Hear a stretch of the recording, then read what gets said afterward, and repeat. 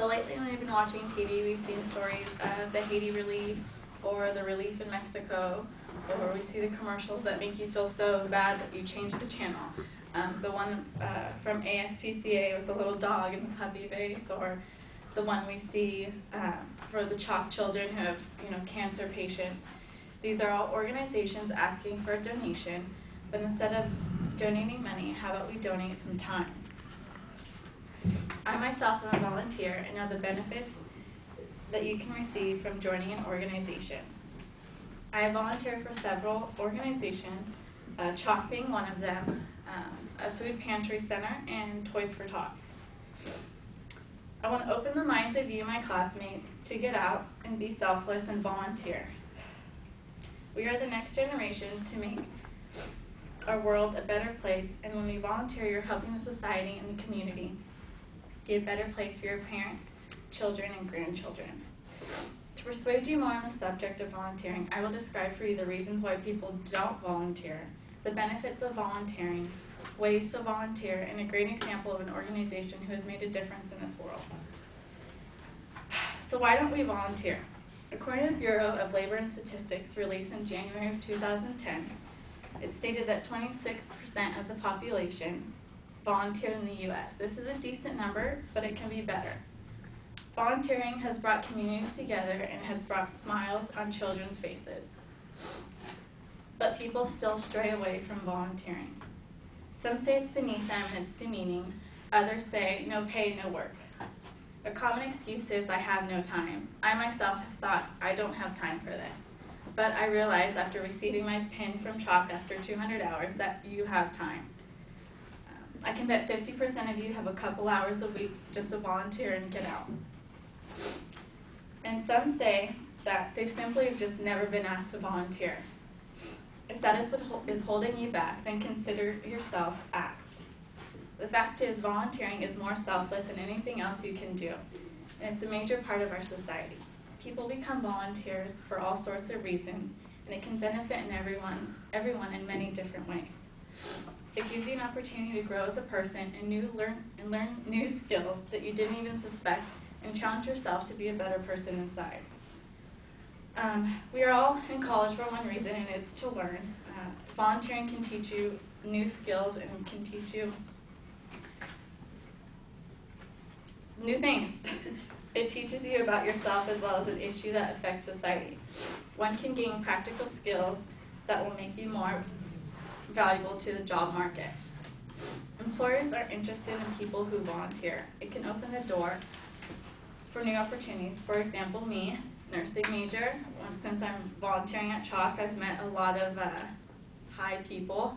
So sooner or later when I get my degree, I will know exactly who to talk to and where to go, and it's totally put a foot in my door. And it also gives you the feeling of self-actualization. In a recent survey on givingforum.com, 70% of those who volunteer feel stronger within themselves, they feel better about their lives, and even calmer on a day-to-day basis. They said they feel less stressed and as a result can receive better health. There are many ways to get involved as a volunteer. The type of work you decide is as deep as this ocean is deep. You might volunteer in a home in your neighborhood or in the city. You might decide to work with the elderly or the homeless. You might get involved with a soup kitchen. Soup kitchens are really popular around the holidays, and it's a great way to feel embraced to help other people. You might work with young disadvantaged people or repaint a community center. You never know, you may have come from a dysfunctional family and made it out because of a volunteer program or a mentor yourself. Volunteer agencies even offer placements abroad, which is a great way to experience the world and new cultures. You can consider getting involved in a sport or recreation, or you might prefer arts and culture.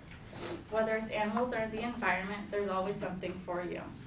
To prove volunteering does make a difference, I want to give you an example of a well-known volunteer program who has facts and statistics to corroborate my claim. you never know, you might be inspired to volunteer for them as well. The program I am talking about is Big Sisters, Big Brothers. I'm sure you have all heard of them before. According to BigBrotherBigSister.org, this program is the oldest, largest, and most effective mentoring organization in the United States. They offer mentoring for children ages 6 to 18. During 1992 and 1993, a public-private venture, a Philadelphia-based national research organization, looked at 959 boys and girls ages 10 to 16. Of the young people taking part in the study, 60% were boys and more than 50% were minorities. Most came from low-income families, and many lived in domestic violence or alcohol abuse families. The researchers found that after 16 months of spending time with their big brothers or sisters, little brothers and little sisters were 46% likely to begin using illegal drugs, 27% less likely to begin using alcohol, 52% less likely to skip school, 37% less likely to skip a class, more confident of their performance in schoolwork, 1/3 less likely to hit someone, and getting along better with their families. In my presentation today, I have shared 4 main points with you. I showed you the excuses people use not to volunteer. I explained to you the benefits of volunteering, easy ways to become a part of an organization, and a perfect example of a volunteer program who has facts to show that volunteering does make a difference. I can't see why anyone wouldn't want to volunteer and make a difference in someone's life. I want to challenge you guys to make a difference at least one time this year during the summer and make your life worth something other than a couch potato. I hope I have inspired at least one of you to think of the possibilities of volunteering. I would like to end with a poem I found on a volunteer website. There's work in this world that needs doing. There are people who need to be fed. There are those without a roof on their homes and others who don't have a bed. There are people who suffer from illness, some handicapped, others in pain. If we stretch out to help them, it's not only they who will gain. In giving, you see, we ourselves receive. So stretch out a hand to the folk who grieve. Help others, it's the right thing to do. Share your good fortune, you'll gain something too. Give thanks for the blessings you have each day. Volunteer and help others along life's pathway.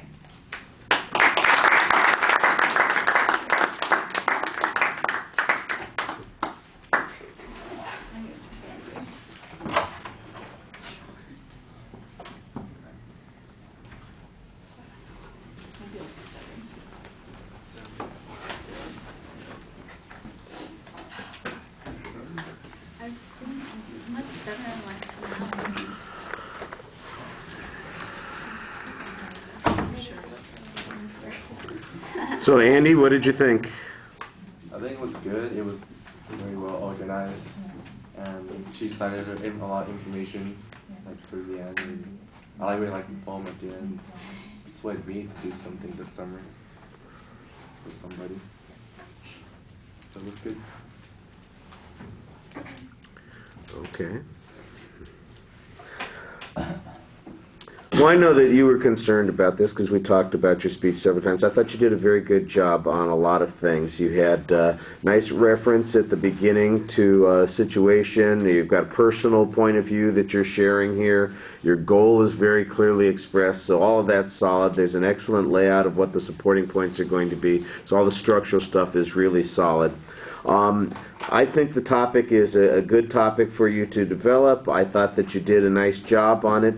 It would have been nice if you could get a little bit more information about some of the other volunteer opportunities, maybe a couple of examples and a statistic or two, like you did with Big Brothers and Sisters on some of those other kinds of things, or maybe even to make it easier for people in here to step forward and say, you know, here's where you can contact somebody to do that. You know, your church has volunteer opportunities. The school has volunteer opportunities. Here, you know, make it a little bit more practical for people so that, you know, let's face it, they're reticent. It's too hard to volunteer, you know, but if you can make it easier for them to do it, maybe they'll get over that step. The only thing that I think is a little bit problematic about the speech is the presentation, because you're really, you know, script dependent, and you look up at us a lot, and it seems like if you could just not be so tied into what you've got on the notes and just talk to us, you would come across so much more effectively. But it sounds like you got a little bit of the sniffles and, you're just having a hard time getting through it.